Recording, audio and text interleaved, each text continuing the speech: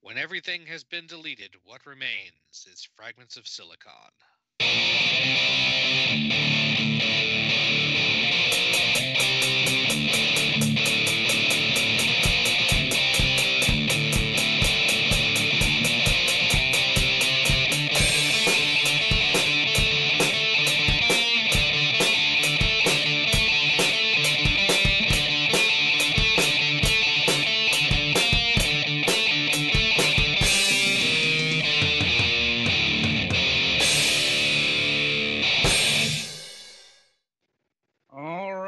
Welcome to another installment of Fragments of Silicon. I'm your host, Adam. Joining me, as always, is the regular crew. I guess a bit of an update at this particular moment in time. We don't know where Mac is. I mean, he pinged me about the show about 45 minutes ago. I said we were using Skype this week, and he hasn't responded since on Skype or Discord. So we're guessing that's something. Maybe he's taking care of one of his cats. Or maybe he'll just join us unexpectedly in a while. Yeah. Mm-hmm. So we do not know his status, but until then, we have a schedule to keep. And by moving forward, let's get to the news. Twilight, why don't you start us off this week? Well, actually, Mac just responded, and he's roped up in dinner at the moment. Yeah, so. Well, anyway, besides that, not a whole lot going on this week. As usual, work's doing fine, or going fine. Just the usual mundane stuff in life. Nothing big going on. Gaming wise, over the weekend I played this game I've been looking forward to for about half a year, I guess. Sequel to a game I played the year before last. I actually enjoyed quite well, Clay, and Clay 2 came out this weekend, and finished that and had fun with that. And besides that, been doing my game for this weekend, and me, Mac, and Kira play some more Overwatch Monday, and getting better at that. But making some progress and doing better as either a healer or a tank. Mac was mostly doing tanking for this week. It got interesting. But besides that, yeah, not much else. So that's it for me. Okay. Petty? Fairly silent week for me too. I don't remember if I mentioned this, but I got my first shot of the COVID-19 vaccine, so yay, half protected. Mm-hmm. And yeah, just been kind of trying not to go insane. As far as gaming goes, I've been progressing a little more in Breath of the Wild. And also, the twin and I have been doing more stuff on her Animal Crossing island. Cool. Yeah, overall real chill. How far are you at Breath of the Wild? Not very far. I don't even think I found the first sacred beast yet. All right, but you're off the plateau. Yes. Okay, that was the main thing I was asking. Yeah. I have the glider, I'm off the plateau, but my dumbass left Epona up there, so whoops. The first Epona? The one you get from the amiibo. Yeah, you can't do that before you leave the plateau. Yeah. So that's you can get Epona from the amiibo more than once. It's just it's just guaranteed the first time. Noted. But yeah, that was unfortunate. And yeah, not a whole lot to report. So next victim.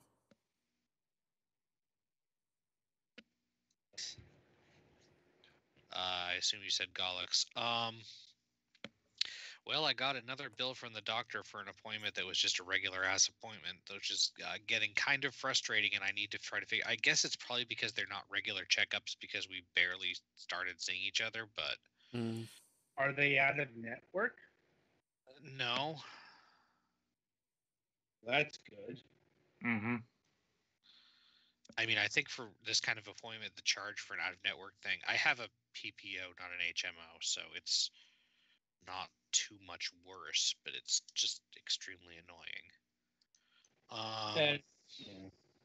Anyway, it's nothing I can't handle. Thankfully, my stimulus check got here. I was worried it was going to take forever because of, well, mostly because it did last time. But no, it got here pretty promptly, and a couple other things I'd been looking for or waiting to get delivered have also arrived. So a bit of a mixed bag there. Mostly the delivery thing was Digimon card game card box because those have been incredibly hard to get. Yeah, all card games have been incredibly hard to get right now. Mm-hmm. Mm-hmm. Well, that one particularly because the launch has been. Well, the English launch has been a clusterfuck, it has been really weird.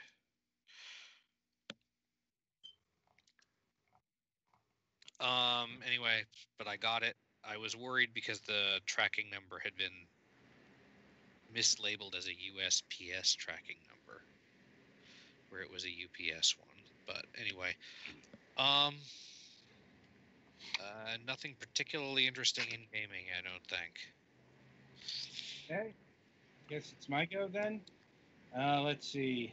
Let's see. Not much for me this week. I should be getting my stimulus check soon. By next week. The overall point is it should arrive in time for my mother's 70th birthday, so I can take her to a she calls it a fancy restaurant. I'm like, I really don't think the place is all that fancy. No, it's a local restaurant. It's a local Italian restaurant. It's nice, but it's not as fancy as like some of the restaurants we've been to in Tampa, like that kind of thing. But COVID is the thing.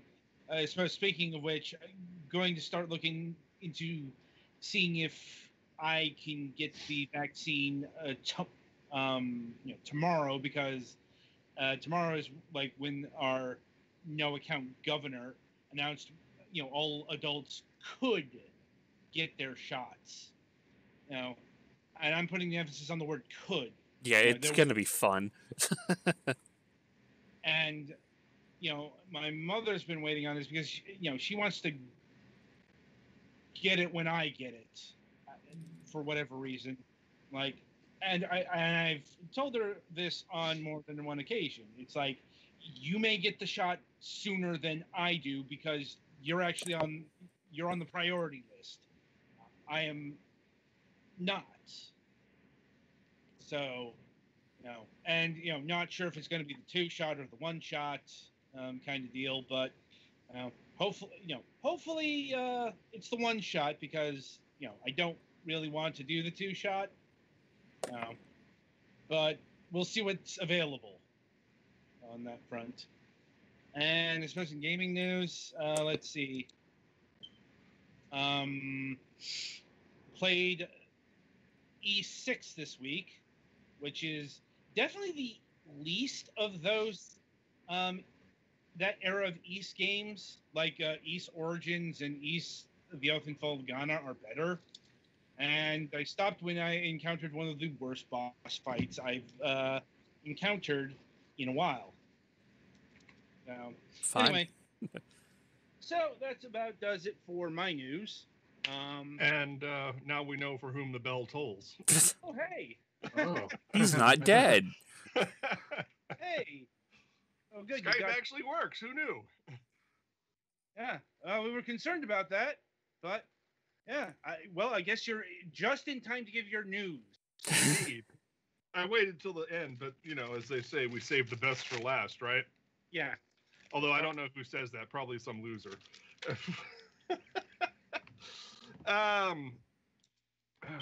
What is going on this week? I don't know. A little change up in the schedule. I did my first Return to Castle Wolfenstein playthrough based on the poll that I actually put out on, that thing with the T, Twitter. You're leaving. Yeah. And my life, yes. So I actually put out my first poll asking people what they wanted to see on there, because there's no real direct way on Twitch to engage my fans except in the middle of a video, which is oftentimes inconvenient. I'm it's like I'm still deciding how I want to approach getting subscriptions and stuff like that. Apparently you have to wait 90 days before you can actually do subscriber only content. Yep. And you have to make sure you don't get any strikes in that time. Right. So that's fun. So I'm prepping for that. Looking at a couple of graphic designers to help me modify the overlays so that way I can do that kind of stuff. I am now playing. I now have Apex Legends, Valorant, Cursed, FOAD, Creature in the Well, and the new Record of Lodoss War, Daedalus in Wonder Labyrinth game, which I am now about a quarter of the way through after one day. New? It's relatively new. It came out last year. Oh, okay. Yeah, I didn't know they were still making Lodoss War stuff. Oh, yeah, it ties directly into the anime and everything, so apparently it has a quote-unquote canonical story. It's kind of interesting because it is as far as Metroidvania games go, it is the single greatest love letter to Symphony of the Night I have ever seen. Right down to Daedalus having the same run cycle, cape flap, after image effect, and the only thing that's different is her slide. Her slide is more reminiscent of Trevor's. Not Trevor's. Richard. Richter. Yeah, he does that thing where he slides forward and then twirls at the end. Yeah, but other than that, everything. It's like they copied it verbatim. Even the style of the music and the progression of events it's very Igarashi. So I'm extraordinarily pleased with it because we haven't had a Metroidvania game of any note since what? Order of Ecclesia? I will highly dispute this. Highly dispute this. An actual Castlevania game? No, but Bloodstained happened. Yeah. Well, that's true. That's true. We got an actual, not as close as to Castlevania Iga can get these days. Right. It's like Castlevania except in name. Basically. Mm-hmm. Yeah. It's basically what he was planning on doing going forward. Yeah. Which is really cool. Ranking up in Overwatch, we started getting a few more viewers on the Monday stream. Varius is considering canceling the Saturday stream entirely. I'm going to keep doing it on YouTube. But we may go back to APB on that. So I don't know what's happening there. But I think that's, there is another Metroidvania style game that I acquired through Prime Gaming for free. And that's called Dandara Trials of Fear Edition. And so I'm going to try that one next, but I'm quite obsessed with this Record of Lodoss War game. Anyway. But not watching much of anything. Still working on the Lavenders. Comics are updating again, so that's it. Okay. Well, merrily we shall roll along to the interview portion of the broadcast. And joining us this week is our good friend, Don Pickett of MangaGamer. Hello. It's good to be back again. It's always good to have you. Let's see. So we've got 3 titles that you want to showcase this time around. And the first of which is Rand's Quest Magnum. Yes.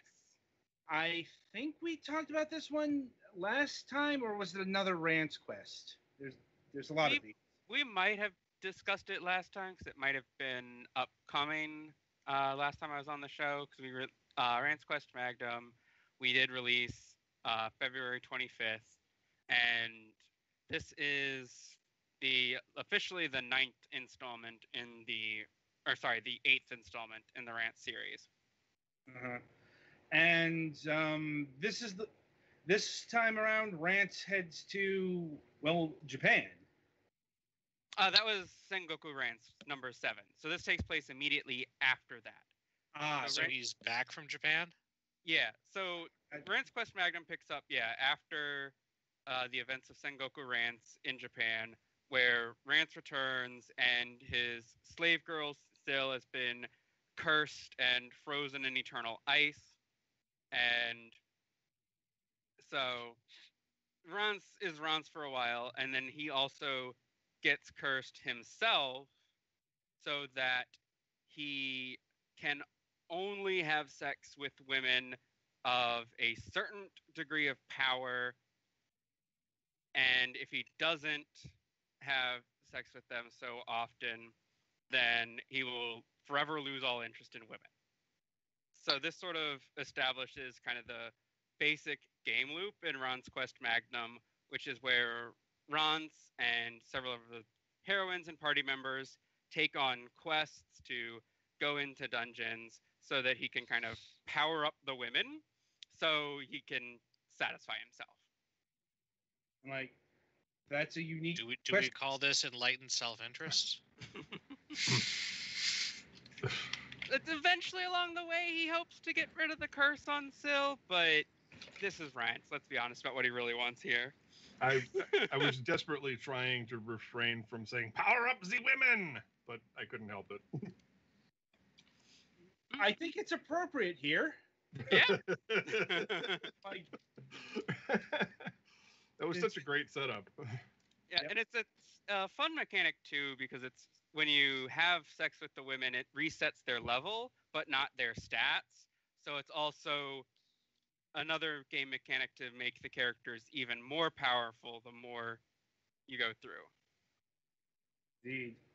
And how's the, let's say, non-carnal gameplay this time? Because Rance is, unlike many of your other products, not a visual novel.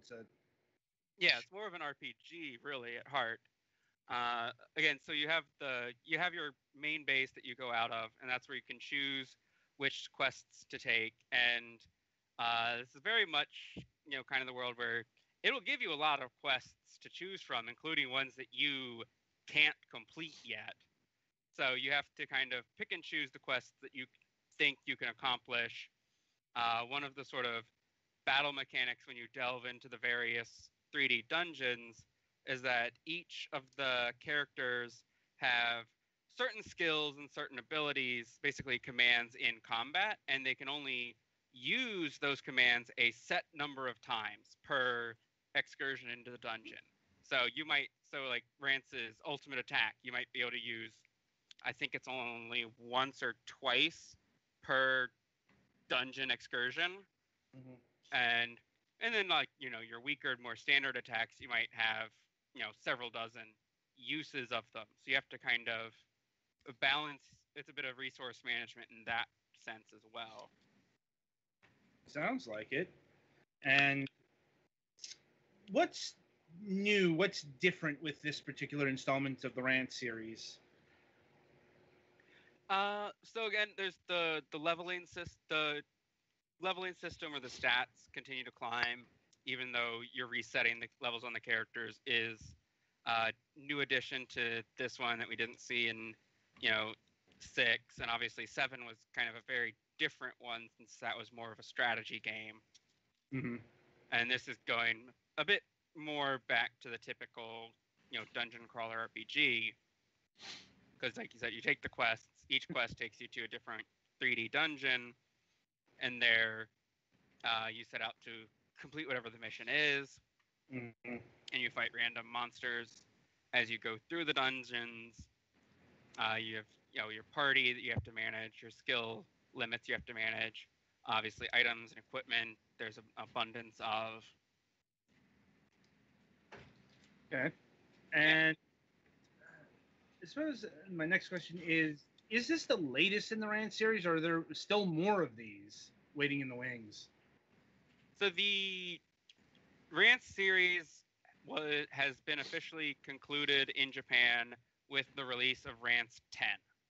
We are still working on the localization of Rants 9, and we are also working on the localization of Rants 10 at this time. Okay, so there are still 2 more Rants games that will be released. And Correct. are they the dungeon crawler affairs? Are they strategy games, or are they something new? Rants 10 is, if I remember correctly, a significant divergence because that Rants 10 goes a bit more into the realm of grand strategy game, because since that is the climax and the culmination of the series, it brings every single character back from the previous Rants games. Gonna guess that's a lot of characters. Yeah. Anyway, and I suppose that's all I have on Rants for right now. And moving forward, let's see. So this one is how to live a healthy hentai lifestyle. Yes. And that is hentai in the actual Japanese sense of the word. Yep, like pervert. Yes, it's got quite the description here. Yeah, so this is our latest release from Clock Up, which is the same company that made Eroge, Euphoria, and so on. They brought in the hentai manga artist Butcha Yu for this particular game. And so the sort of premise for how to live a healthy hentai lifestyle is that it is set in a world where sex and perversion are completely normal and expected, and there are even academies so that you can major in and become professional perverts and actually have a completely normal functional job living as a pervert who helps people relieve sexual tension. One of the main heroines in this particular one is sort of the mother of the family that the main protagonist stays in, and she's world renowned as the ace of sexual diplomacy because she managed to avert World War III with her skill as a sexual negotiator.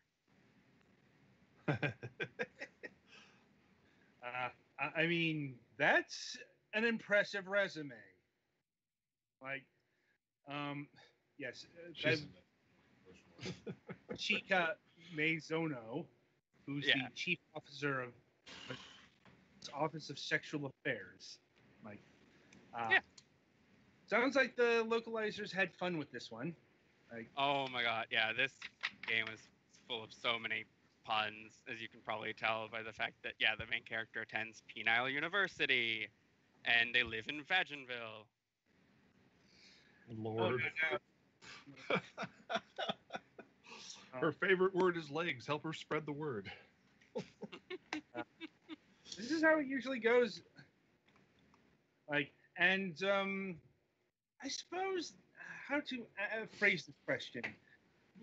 I'm trying to figure out exactly what does pervert mean in this world, because, that's usually a connotation that's outside the realm of normalcy, quote unquote. And since this is normal, is what specifically entails one to be a pervert in this context? So it still kind of refers to the various kings, whether it's, bondage or exhibitionism or things like that. But in the context of this world, it just doesn't have those negative connotations to it. So it's more like, oh, you're a professional pervert. What's your specialty? Okay, that is certainly an interesting framing device, if nothing else. Now, do these perversions, if you will, do they get do they get into the realm of fetishization? Yeah, I mean, the game covers, like I said, a wide variety of things. The 4 different heroines that each have different routes that you can pursue in this game. They each have their own sort of genres of kinks that they are more aligned with. Uh-huh. And beyond this being, well, a sexcapade, for lack of a better term, is this also a romance visual novel? I mean, sure, kind of. It's certainly there, but yeah, it's the enjoyment of the lurid details is absolutely kind of more the primary focus. Not what I was expecting. Yeah, the main character you play as is a student at the university who is studying perversion and hoping to sort of become a researcher, the kind of person who would write reports on this and academic studies. So that's why he's staying with these people. I'm sure that is a very, very desired profession. Like, for what I hope are. I mean, really, how any kind of research job, it ultimately comes down to like how much it pays and if there's any like availability of positions. Right. I'm just saying like that grant funds and shit. Look, I'm not saying that I don't get your point. I'm just saying that you might be slightly underestimating the pressures of academia. I'm going to say that this isn't a 100 serious look at what goes into research grants. Just call it a hunch. Oh.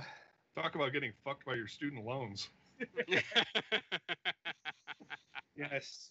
Yes. You knew if I was going to be on the show, there was going to be some kind of off-color commentary.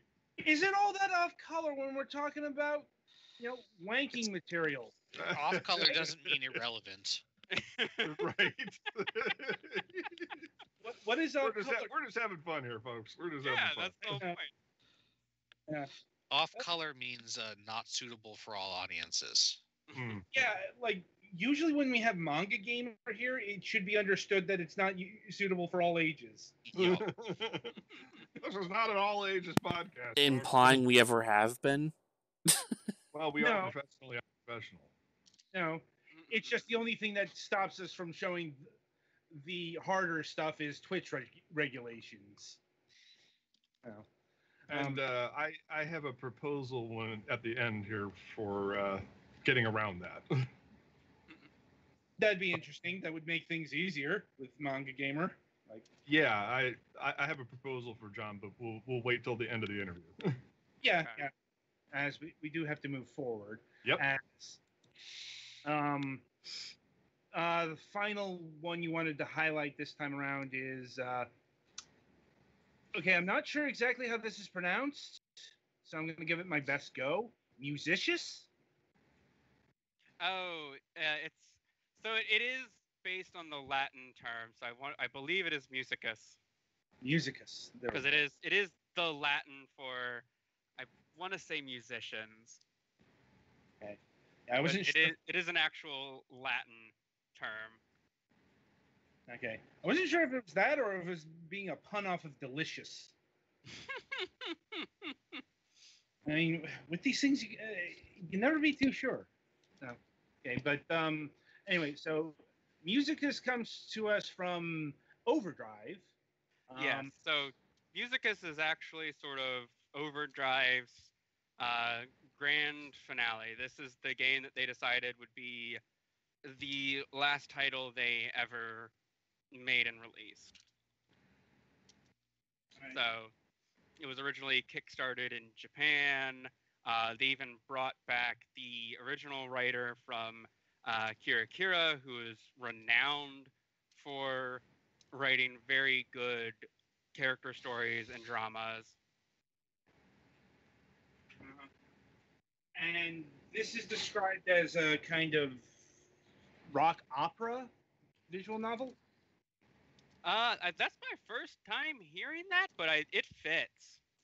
It really does, because like I said, it's much more focused on the character drama, and like it is still in Overdrive's sort of rock and roll universe series that has Kira Kira and Deardrops and those titles. Mm-hmm.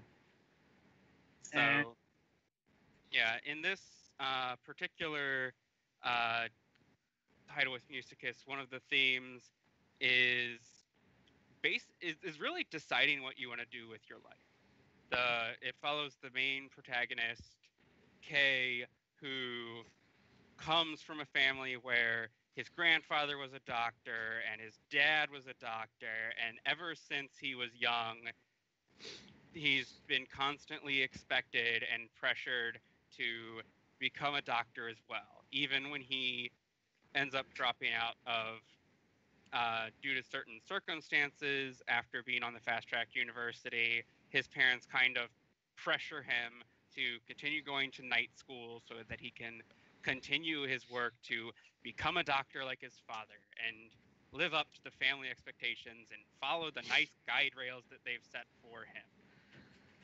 And, of course, the game sort of takes place when he's at this point in his life where he's really questioning whether that's the best for him and if he ever really wanted to be a doctor at all in the first place. Relatable.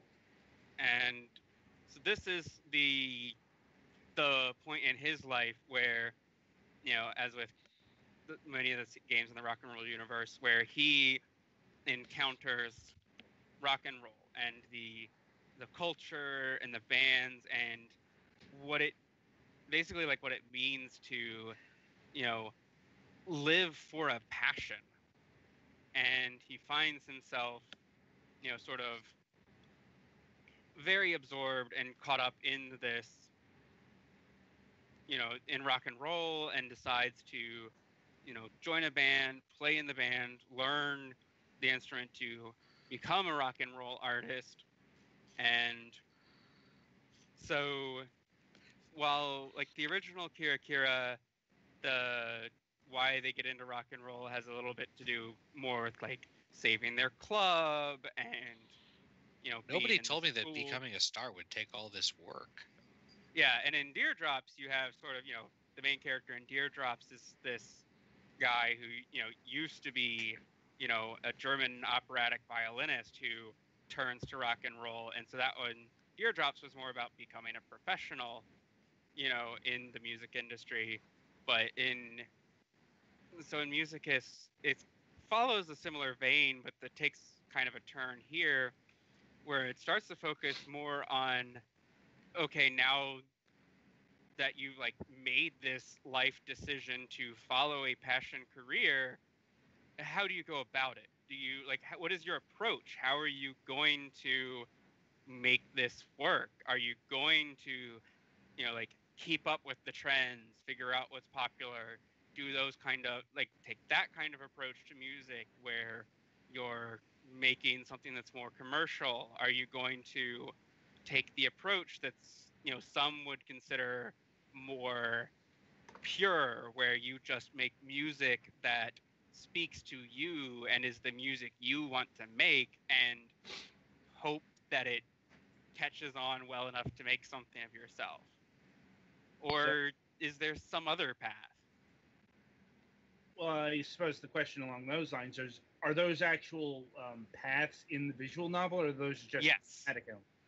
Those are actual different paths and routes that are each tied to some of the different heroines who have, because each heroine has sort of her own philosophy and ideology towards rock and roll and music.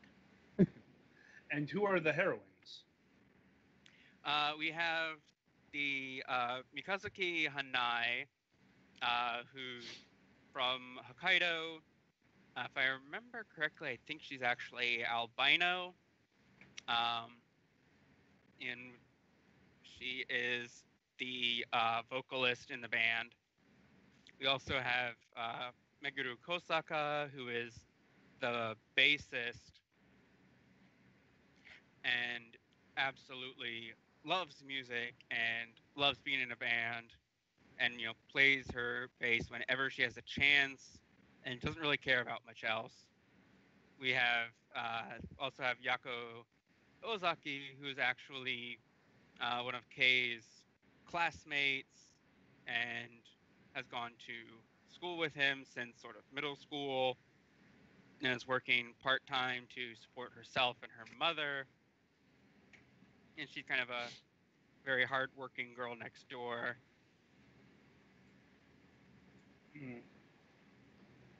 Sounds like a fairly varied selection, if you will, and and I suppose going back to an earlier question, but in reverse, this seems to be perhaps predicated on romance, but I'm also wondering how adult this gets because, as I understand it, the Steam version did have to be edited. Right. So when the game was originally released in Japan, they released two different versions. They had the adult version, which contained all the explicit sex scenes with the heroines, and then they had an all ages version, which did not include the explicit sex scenes. And that all ages version is the one that we have released on Steam, but Steam is being Steam and decides that because the characters are anime women, it must be adult. I suppose it could be worse. As opposed to, say, House Party, which is still on Steam. Yeah. Well, I mean, it's better than banning it for the same reason. Yeah, they just banned Super Seducer 3 because of live action sexual content, if I'm remembering correctly. So, the Valve giveth, the Valve taketh away. It's interesting because they have such an extensive library that I've been perusing on there of stuff that is explicit, even with anime girls, and it's kind of weird how they go back and forth on their, how can I put this, choice of morality. Yeah. About it. Yeah. It's because it's changed over time because they allowed a lot on it when they opened the store up to everything, and then they've slowly, after they did that and weathered the public PR debacle that resulted around that and having adult games be on the platform in the first place, they've basically been steadily over the last few years, slowly, quietly, without a word, backtracking on that and just sort of denying and banning more and more titles before they ever get on the store in the first place, and just not letting it get public attention. Yeah, which is why a lot of MangaGamer's games have to end up on the MangaGamer store. Or how is GOG these days? GOG is still very good, very good to work with. Their policies are very much that of what Steam's used to be, whereas you cannot have adult content on GOG. They're okay if an adult content patch is available not on GOG, but the game that's on GOG and the content on GOG needs to be not adult. That's, they have very clear guidelines. They actually review everything instead of, asking an underpaid person to spend 2 minutes looking through it and press a button. So they can actually give feedback and work with you. The only downside is the extra care and attention that they give to the titles that go on there means it's a bit slower getting a title actually released on it. Right. And I suppose in the interest of completion, any movement from the Epic Game Store? Not that I've heard of. About what I was expecting. I mean, for the we record, have a vendetta against Epic Games right now. not so much a vendetta. It's just, they're I'd be very surprised if Epic Games was ever interested in considering a game that's remotely mature or adult. it's just, They love violence porn. Yeah. Well, that's just America. So, yeah. America. Not surprisingly, GOG is based out of Poland. So, did they just pass a bunch of morality laws in Poland or something like that, or was that Romania that now has the state religion? It could be both. Like, honestly, the rise of the right wing in Eastern Europe is genuinely concerning. Yeah. But that's a topic for the other show. I mean, Sure. official state religions are not actually uncommon. No. I mean, England still has that. Like, Right, but I'm saying that they were saying that their new constitutional law is based on the Bible. right. Anyway, Yeah. I suppose Count the number of people getting flogged in the streets for wearing clothes made out of mixed fabrics. Thank you, Leviticus. Anyway, we are running low on time here, so I will ask John if he wants to highlight any upcoming products at this point in time. Yeah, I will go ahead and say that we will be having an April Fool's sale starting in the next few hours when the date changes over, and we will have. Is it a negative 25% off sale? And we will It's a actually bargain at have. twice the price. We will actually have one legitimate announcement snuck into our April Fool's promotion as well. So keep an eye out for that. We'll have the news posted on our blog, our Twitter, Facebook, and so on. Overwatch did googly eyes on all the characters. Right. Blizzard. And I suppose my final question at this point is any convention news? I mean, I know we've been going through the pandemic, but we are starting to turn the corner on that front. And are you hopeful on doing any convention appearances this year? So I know like SakuraCon and whatnot have already been canceled. I want to say, if I remember correctly, Anime Expo is already canceled. So right now, like of the conventions that have yet to cancel, I think Otakon is looking like it might be our first of the year, but that's also in the middle of DC. So again, that's going to rely. That's in August, so that's still kind of a 50-50 iffy. We do also currently have plans to exhibit with Anime New York in November, assuming that they move forward as well. That one I think is probably more likely. Yeah. Hopefully we'll be back to normal, this summer. But yeah, I know my state's not opening the vaccines to the general public until April, so I'm not going to be able to get mine until then. Yeah. And I suppose I'll cordially invite to the post invite thing, say May 26th. Sounds good to me. All right. Anyone else have any other questions at this particular moment? I think I'm good. I'm good. Okay. So, regards to my proposal about circumventing the ban on content here, you may or may not be aware of this, but I have an alter ego named Mace Palladino, who makes adult comics, particularly the extremely noteworthy and popular Genie Harem comic Ship in a Bottle. And I also have a fantasy RPG style pastiche called Peppermint Saga.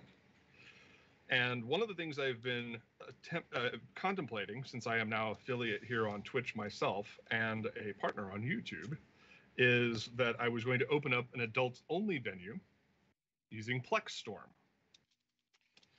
And so my proposal was, in a sort of crossover with Fragments of Silicon and my own channel, using my Mace Palladino alter ego, if you would be so interested, to bring content for my patrons on Patreon to Plexstorm and do the uncensored games, where we would, any cast member who wishes to join in can tag team with me on a extensive let's play and review of any game of your choice. And I can use that to create content both for my Plexstorm channel as well as my patrons. And then the VODs would become available on one of the adult streaming services, such as Pornhub or Xvideos or whatever one we negotiate as the best option for replays. And I was wondering what you thought of that idea, since you are a longtime friend of the show. We talked a long time ago, but I haven't been co-hosting the show for quite some time, so... I'm not familiar with you said it was Plexstorm, so Right. you'd probably have to, like, walk me through it, but I'd be interested in it. Okay, well, we can talk more about it later, but for those who are listening who are unfamiliar with Plexstorm, it's a Swedish-based streaming service designed around adult materials. So it's live videos. It's the answer to Twitch and YouTube for live streamers of adult content. And they'll take live action. They have a tipping system that people can follow. The only thing they don't have is the video on demand system, which would require me to record all of my plays and reviews. Basically, I used to have a podcast called Up Late with Mace. And I'm bringing it back in VOD format. So, if that makes any kind of sense. And I'll stream it live on Plexstorm, which is interactive, just like Twitch and YouTube Live. Yeah. And then the VODs will be available for your review. It would be kind of like a midnight stream kind of thing on the West Coast, you know. And like I said, I've been looking now that I've achieved this hurdle on both of the streaming services I use normally. I figured, well, what the hell? Now I'm free to actually try and bring content to my adult followers. And so if you'd be interested in that, I would like to augment my adult podcast on Plexstorm. And you would definitely be one of the first people I would be interested in working with on that kind of arrangement. Yeah, I would totally be interested in giving that a try and seeing how it works out. Yeah. Okay. Yeah. Well, let's see what we can come up with. We'll email or something back and forth. I'll get the deets from Adam. Yeah. Sounds good. Yeah. All right. All right, cool. I mean, just for reference sake, John is in our Discord. He's under the name Koryu. Yeah. All right. Yeah, we'll hook up there or something. We'll figure something out. Figure out some way to do a trial run. Yeah. I haven't really established my presence over there, but I do have tens of thousands of fans on my webcomics. So. So yeah. Oh, there you are. Yep. Perfect. So. All right. Well, that's all I had. That was my big proposal. I heard opportunity calling in the winds, and I was like. Yeah. Sometimes you gotta strike. I did a sample with Sacred Sword Princess from Nutaku. Oh, okay. Yeah, but then I realized that they didn't have video on demand, so I was like, all right, I'm gonna have to work on a multi-pronged attack to make this work. Yeah, so people who missed the actual live stream can see it at some point. Perfect. All right, I got you on Discord, so we're good to go. Okay, cool. All right. Awesome. And this will still be the place where we'll talk about the all ages stuff. So until May, we'll catch you later, John. And it's always good to have you on the program. So, I hope you guys and all your viewers enjoy Musicus, where you guys get a chance to play it out. Yeah, I'm looking forward to it when it unlocks. Well, one more week. I know. Anyway, so on that note, Petty, play us the next segment.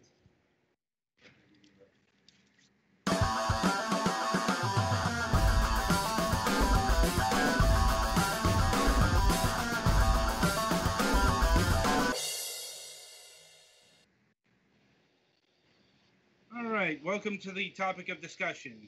So this kind of has evolved over the course of the week, because we're originally going to talk about Sony's discontinuation of the PlayStation Network on the legacy consoles, but so much game preservation stuff just converged today that it makes sense to talk about all of the console makers and their content preservation successes and failures. Yeah. And I suppose we should start with Sony because they're discontinuing 3 stores. Mm-hmm. Coming this August? July is when they shut down PSP and PS3. August is Vita. Yep. This was a major blow to developers who are still in progress on several AAA titles. Yeah, apparently they were not even informed early on this. Yep. They found out when we did. This seems like my decision-making process. You sure you don't work for Sony? You know, those big old checks rolling in. Oh no, that was from the government. Yeah. But yeah, Sony is scrapping everything, and I suppose it makes a certain amount of sense that the PlayStation 3 and the PlayStation Portable, I mean, it's absolutely abysmal from a game preservation standpoint. Oh, yeah. Especially if you get into some of the stuff about, okay, so how long is this stuff actually going to be playable after? And there are some question marks there, although they're good for now. Right. But, yeah. From what I've read, it's basically going to be when WiiWare got unplugged. Yeah. It's like maybe a bit better because I think you'll still be able to download your games. At least for a while. You can play and re-download now. In the metaphor that I saw used in a couple places, the lights will still be on, but that's like a for now. Who knows how long? Yeah, right. It could be 6 months. It could be 6 years. Probably not 6 years. I guess I can understand on the corporate level why they would not want to be supporting too many multiple generations of shops, but also it still annoys me. Well, it annoys all of us. I mean, from a stone cold business perspective, yes, this does make sense because, unfortunate reality of the business is that, yes, maintaining the PlayStation Store on the PlayStation Portable, the PlayStation 3, and the PlayStation Vita still costs Sony money. I think they already discontinued the PSP in EU regions.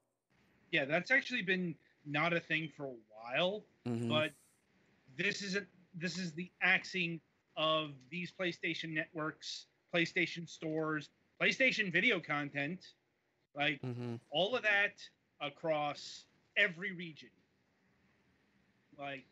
They will no longer be a thing. And, one of the problems is there are many, many, many PlayStation 3 only games, or PlayStation Portable games only, or PlayStation Vita games. It's like when WiiWare went under. There's no place you can legally play Gradius Rebirth, for example, or Star Soldier R. And it's likewise with the PlayStation networks here. Just on a grander scale. And I think RPG Site is compiling a list of RPGs that are on the PlayStation 3 alone. It's especially double up because the PlayStation 3 era was the era that Sony started to care about preservation and its past. Because this is the console where you could buy PlayStation 1 games. They played PlayStation 1 games by default. You could buy PS2 games. Yes. And PlayStation 2 games, the PlayStation 2 on PlayStation 4 was sort of a thing. For a good 6 to 8 months. But okay, the reason why the PlayStation 1 games were playable, and even the PlayStation 2 games, is the PlayStation 3 had those components in them. Like the PlayStation 3 has PlayStation 1 guts in them, for lack of better terminology. Ditto the PlayStation Portable, and I think the Vita. Yes, the Vita at least has a mode where it can emulate PSP. Yeah. So the reason why that never carried over past the PlayStation 3 era is because that meant Sony would have to actually engage in emulation and actual backwards compatibility.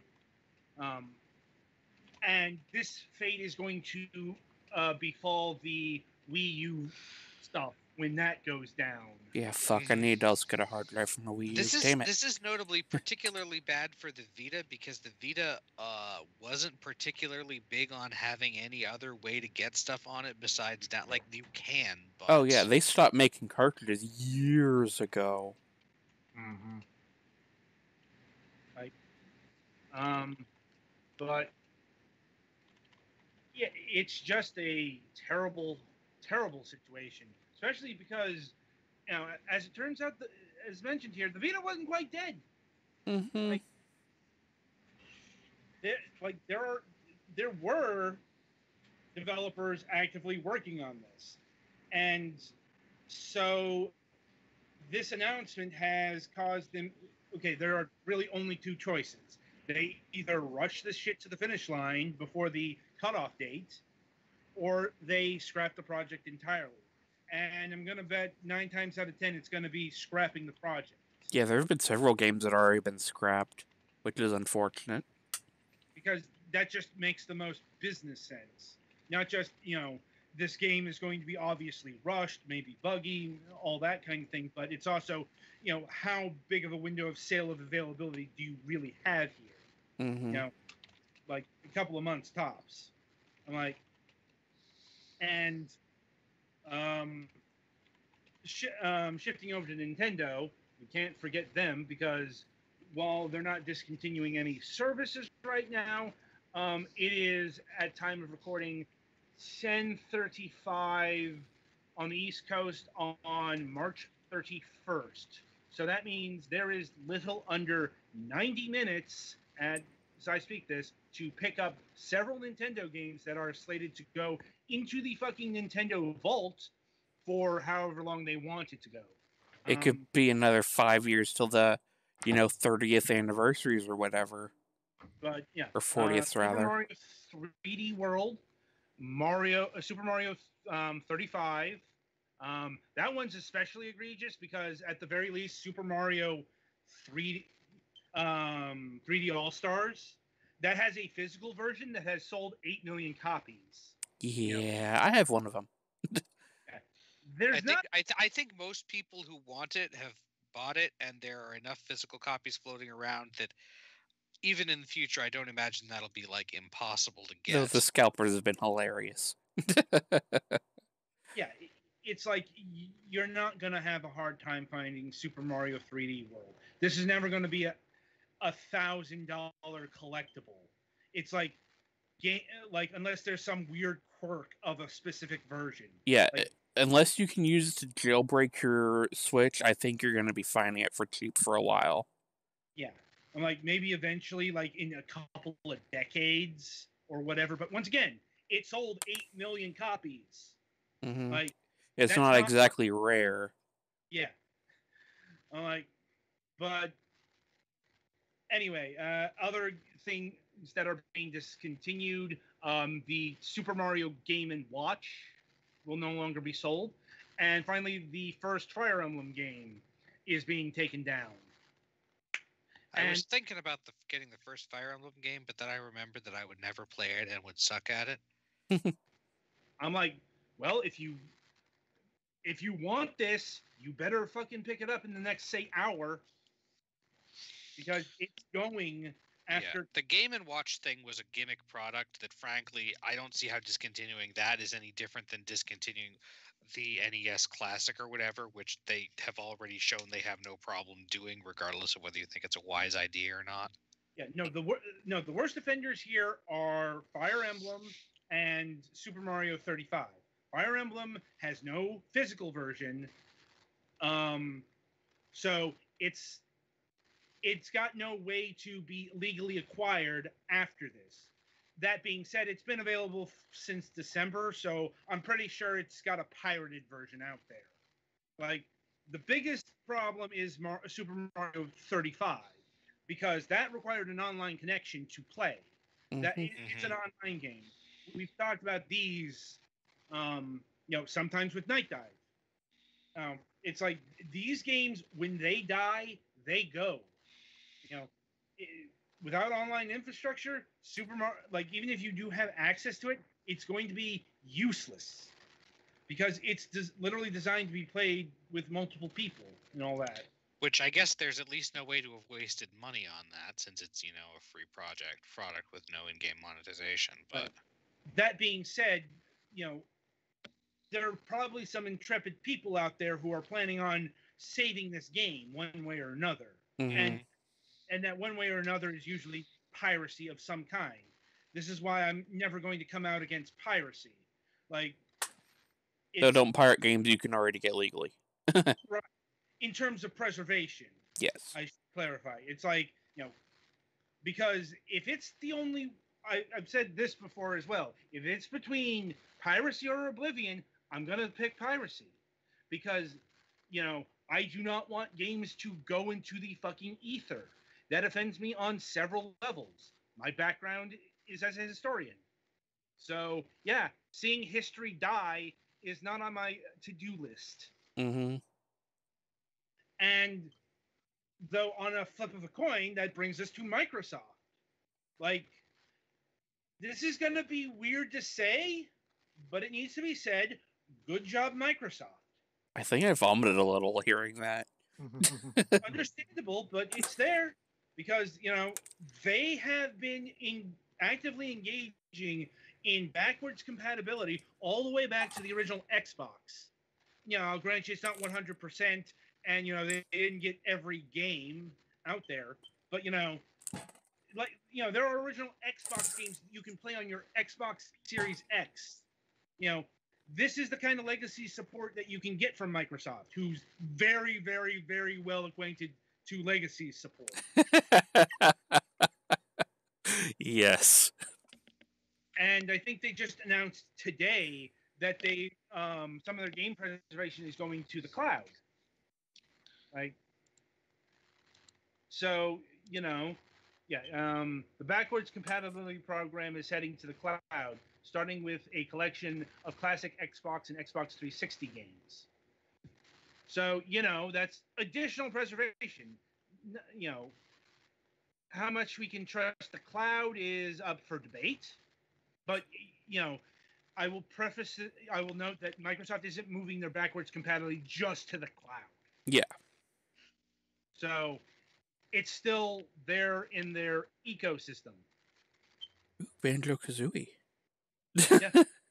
I actually have not had a plans to play that, so I may go grab my phone controller and do that. I really, really fucking wish Rare Replay would come to the PC. I know.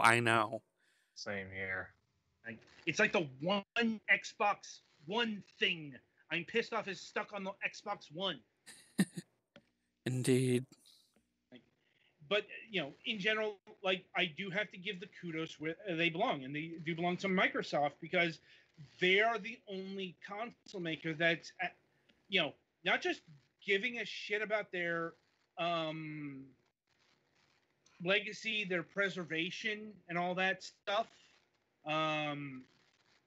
but they are actively engaging in it. Even when they said that this was going to stop. That was mainly in supporting backwards compatibility with individual games. So, you can say Nintendo's still doing that with the Nintendo Online, the NES and the Super NES games. But it's still a step down from even what they were doing with the Virtual Console. Yeah, those are, they haven't taken stuff away, but that's not a very permanent thing. No. Because, if you had a Nintendo Wii, you could still have your virtual console games and Wii U and all that stuff. There were ways to save that shit. There's no real way to save the Nintendo Online stuff when it goes, as we're seeing in not too long from here. Mm-hmm. So, it'd be nice if Sony would reconsider its stance.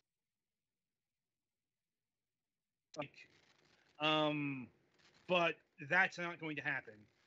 I'm going to tell you right now, this is probably just a cold, heartless business decision. Mm-hmm. The cost of these stores were exceeding the amount of revenue that they were bringing in. And when that happens, it's time to turn the lights out.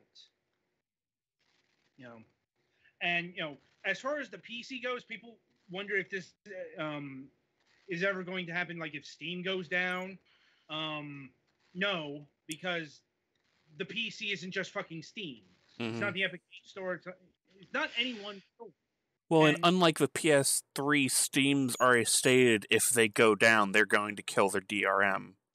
Which is not guaranteed. They could not do that. But also, if they don't crack it, someone else probably will. Yeah. Even if they don't make good on the promise, people on the fucking PC are able to do this. Mm-hmm. You could. Fuck, I'm pretty sure that a lot of what is on Steam is already fucking preserved. Oh yeah. Yeah, definitely. Sense of it being pirated. So, like I said, it's not a concern with PC. In fact, the PC is definitely the best platform when it comes to preservation. Once again, that's been helping with re-releases. To put simply, it's the reason why Turok 1 and Turok 2 got re-releases, updated re-release. It's why Turok Rage Wars and Turok 3 are languishing. It's not just, say, rights issues. Night Dive has already said it would take quite a bit of effort to bring these to the PC because there were no PC versions. Anyway, so that is where game preservation is currently.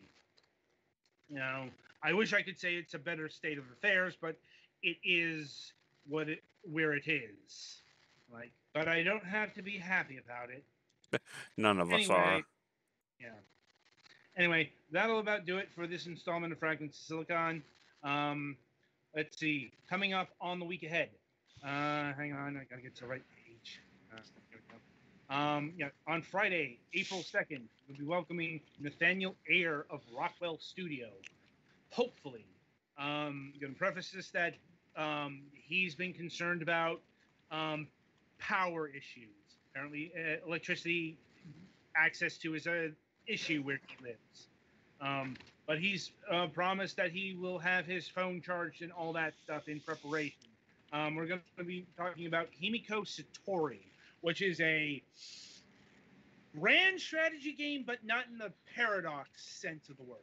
It's a strategy RPG where individual you're controlling units upon units. It's probably the biggest strategy RPG of this sort I've seen in just sheer volume of people you can access to, and also we're noting it's hex based. So, and believe me, that makes a big difference between that and grid-based. But we'll get into that on Friday. Coming up on the Sunday reviews, we'll be having reviews of Monster Jam Steel Titans 2. It'll be the PC version this time around. We did the Switch version for the first game. Titans 2... we didn't... I have not played the first one. Playing this one, I can already tell there were some substantial changes. We'll get into that in the review. Not sure if we'll have footage. Petty Fan, we attempted to do multiplayer for this, but Petty Fan couldn't get the game to work. Seeing how last time I tried, I was falling through an infinite void and couldn't even see the car. Yeah, there's a high doubt on that one. We got Blastful for the PlayStation 4, Lost Cube for the Nintendo Switch, and Twilight will be covering In Celebration of Violence. So that's what's coming up on Sunday, and be sure to join us about 15 minutes for a new episode of Last News Desk on the Left. And until then, I shall wish you good gaming.